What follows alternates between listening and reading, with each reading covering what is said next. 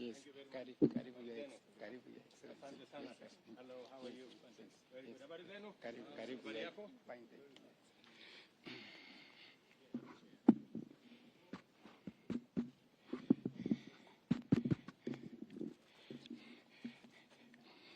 Your Excellency,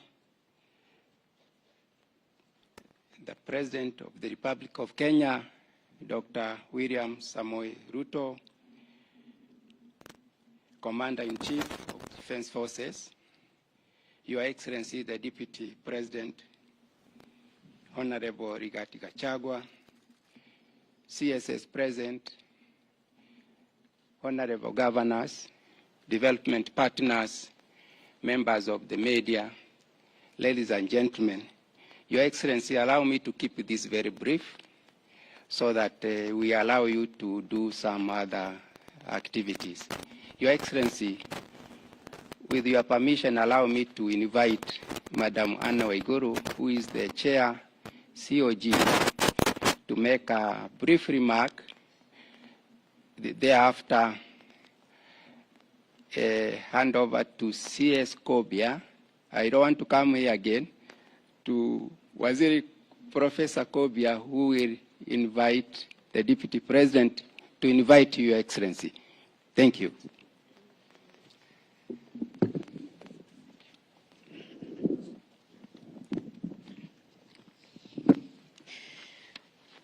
Your Excellency, the President of the Republic of Kenya.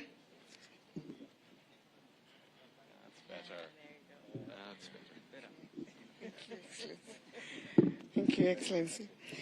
Your Excellency, the President of the Republic of Kenya, Your Excellency, the Deputy President, colleague Excellency Governors present, Cabinet Secretaries, Principal Secretaries, representatives of the development partners, other invited guests, ladies and gentlemen, good afternoon.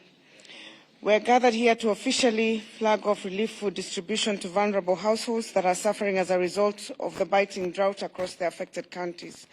Allow me to thank the national government, through your leadership, Your Excellency, for this initiative, which will go a long way in complementing efforts by county governments and other partners in ensuring that our people can access food, water, and other basic services.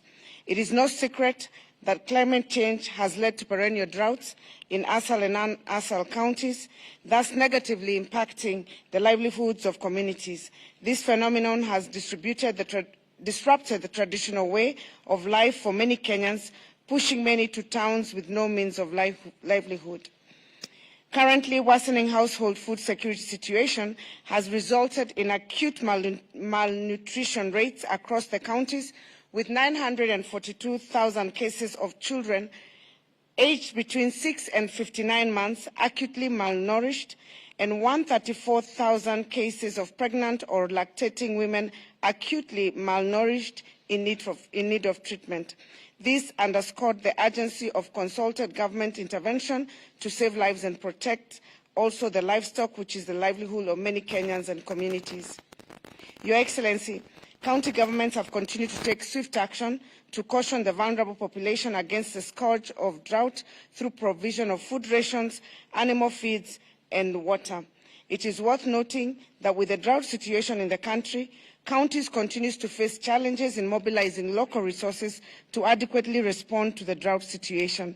This is occasioned by the delays in release of equitable share of revenue by the National Treasury to counties, which is inconsistent with the dictates of the Constitution and the Public Finance Management Law.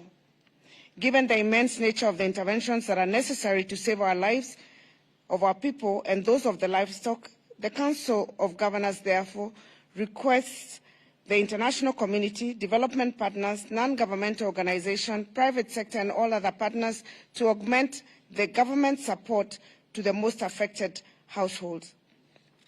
We further would like to request the national government through NDMA to fast-track the process of actualizing the Drought Emergency Fund, as well as immediately release the equitable share of revenue due to counties to scale up the humanitarian assistance to the households experiencing severe droughts. As I conclude, Your Excellency, I would like to give a commitment on behalf of the Council of Governors.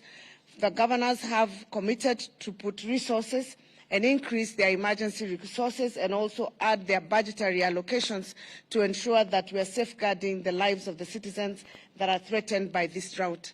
We thank you once again for your leadership that has been demonstrated starting this morning with the meeting with the Deputy President, and we urge our colleagues and give our commitment to continue collaborating with the national government to make sure that we have addressed this issue and no life is lost. We thank you, and God bless Kenya.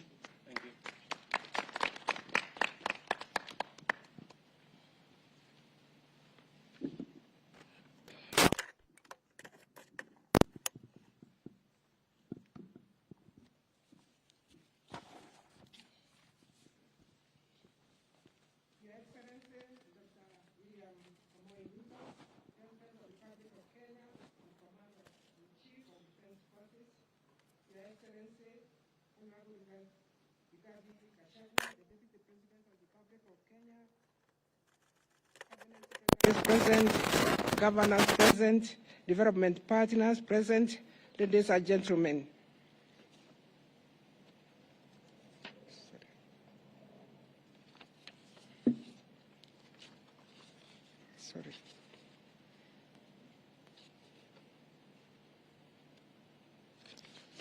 Sorry about that delay.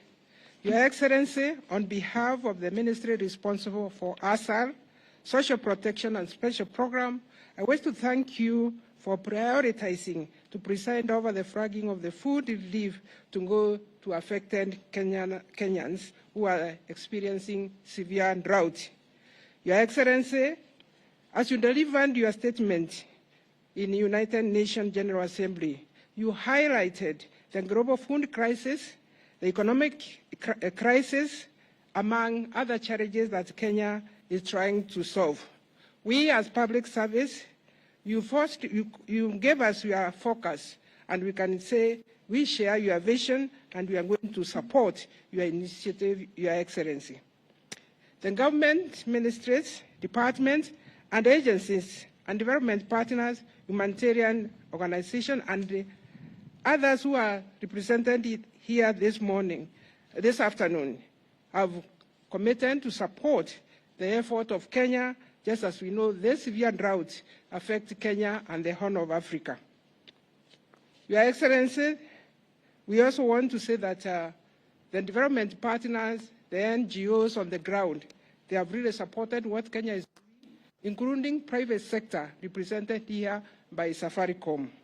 In conclusion, Your Excellency, I want to thank each and every one of us who has participated in making this event a success. This afternoon, we are going to flag about 20,000 bags of rice, 24,000 bags of rice, and also about 450 animal feed, which are going to go to most affected 10 counties. It is now my humble duty, Your Excellency, to invite our Deputy President, Honorable Rigathi Gachagua, to give his remarks, and thereafter invite you, Your Excellency. Karibu sana.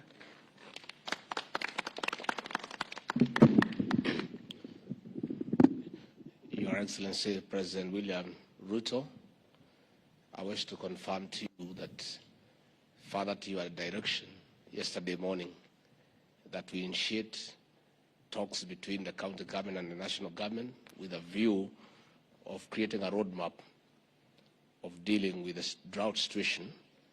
A meeting took place this morning under my chairmanship, and we have already briefed you that we have agreed on the way forward.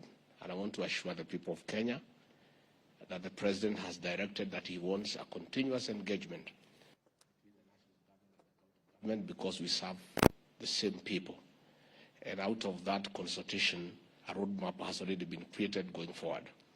Your Excellency, let me also confirm to you that, further to your direction, that you want transparency in the distribution of relief food. It has been agreed that the food that you are flagging off today and subsequently will not be distributed by county commissioners alone. It will be a concerted effort between the national government administration, the county governments, and our development partners, so that there is transparency and there is efficiency. So, Your Excellency, let me also confirm the way you have directed that we meet weekly and keep you appraised and the people of Kenya appraised on the situation on how we are dealing with this problem. With those few remarks, it is now my pleasure to invite the President of the Republic of Kenya to make his remarks. Karibu sana. Thank you. Thank you, Mr. Deputy President. Governors present here, ministers, friends who are partners with us in this effort, from the World Food Program, from Safaricom, from USAID, and all the other organizations present here today. Ladies and gentlemen, this afternoon, we are here to flag off food, as has been mentioned by our CS responsible. We have in these 50 trucks, 20,000 bags of rice, 20,000 bags of beans, and assorted animal feed, together with cooking oil that will go to the various parts of our country that today are facing serious challenges of drought. 3.5 million citizens in the Republic of Kenya are today severely affected by drought, not to mention livestock and other areas that are affected, delivery of water, the absence of pasture in many parts of our country. Currently, we have 23 counties across the country that are suffering the very serious and severe effects of drought. To avert any untoward further suffering of citizens in these areas, I did ask my deputy to convene a meeting of governors and all the other stakeholders, and we now have a plan of action to build on the plan that existed before, so that we can efficiently and expeditiously deal with the effects of drought in the various parts of our country.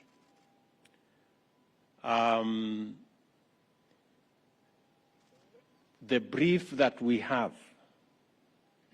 is that the many people who are suffering food, water, and many livelihoods, loss of many types of livelihoods, including livestock.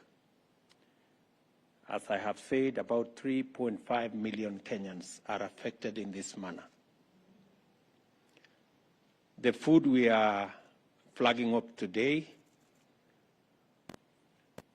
the next consignment, I have already agreed with the ministry concerned and with Treasury to make resources available so that the next tranche will be on Friday, and on a weekly basis we will assess the situation and see what this intervention will mean for the people around the country and what additionally can be done as we go into the future.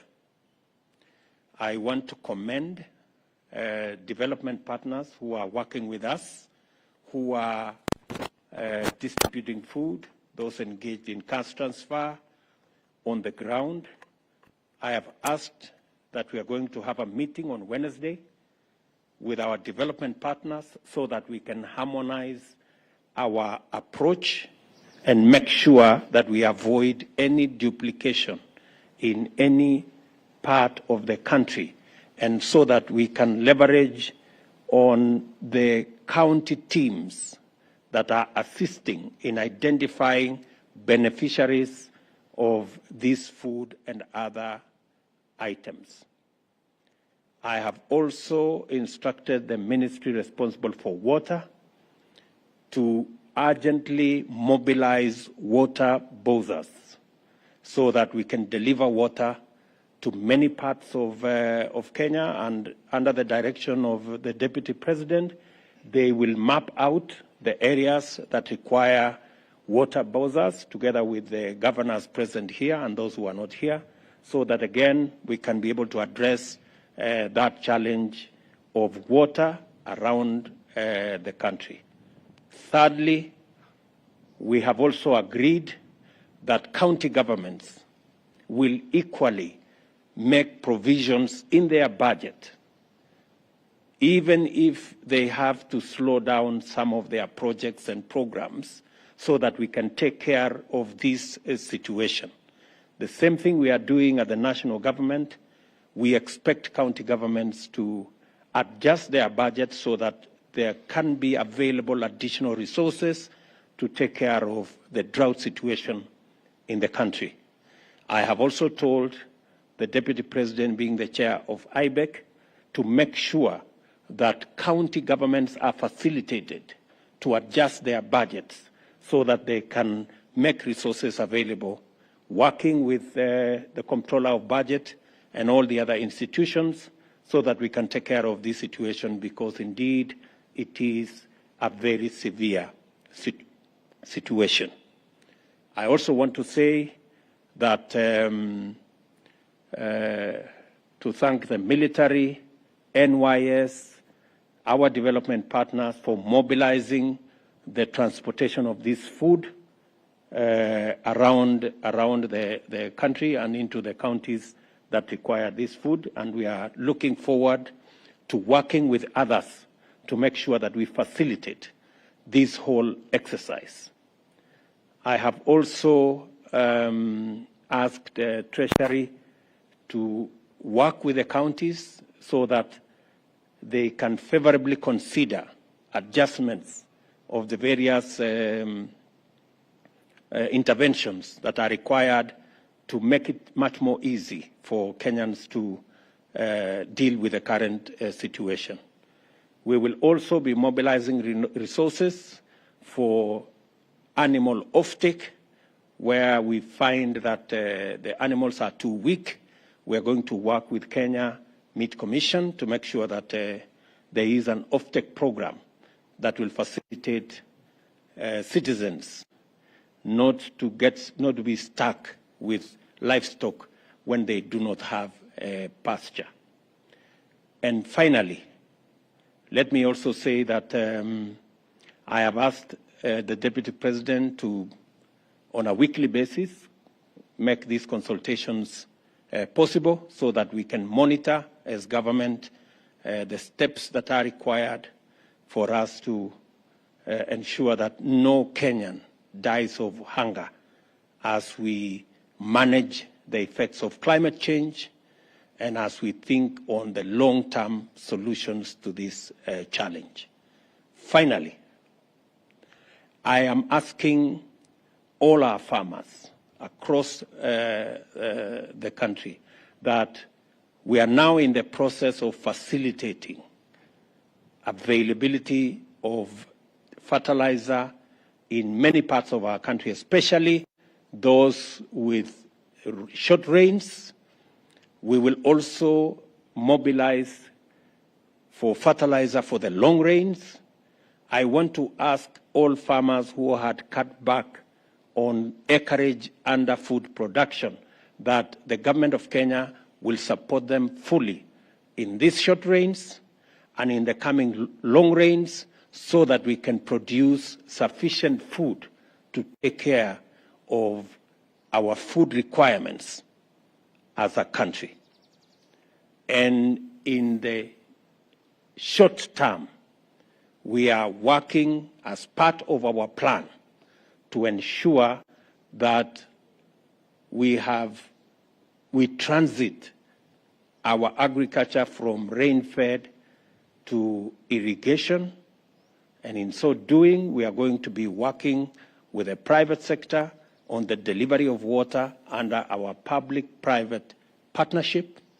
As I have committed, we are going to work on the law so that we create provision for water purchase agreements that will make it possible for the private sector to invest in the water sector, and we can buy water from them, and we do not have to deploy huge resources from government in that sector. The private sector can work with us in our bigger plan of ensuring that Kenya becomes a food-secure nation.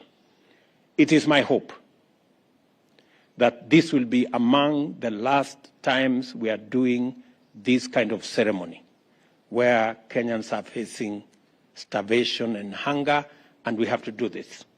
I think it is possible for us, going into the future, to have a much more proactive approach to situations like this so that we manage them ahead of time and avoid situations of a crisis like the one we are in. For the last 4 years, we have had failure of rain in many parts of Kenya. That is what has exacerbated this situation, and hopefully we should be able to be better prepared as we go into the future. I want to thank all the stakeholders, the governors, for undertaking that they will work with us and work with all the other stakeholders in not just making sure that we have additional resources for food, but also working together with our development partners in making sure that this food gets to the right beneficiaries and there are no duplications and there are no issues of integrity around the distribution of food to those who are in need. So I want to say thank you very much for all those who have made this possible. I look forward to making sure that this situation is managed and we don't lose no citizen to hunger because of the drought situation we have in the country. Asanteni sana, and may God bless you.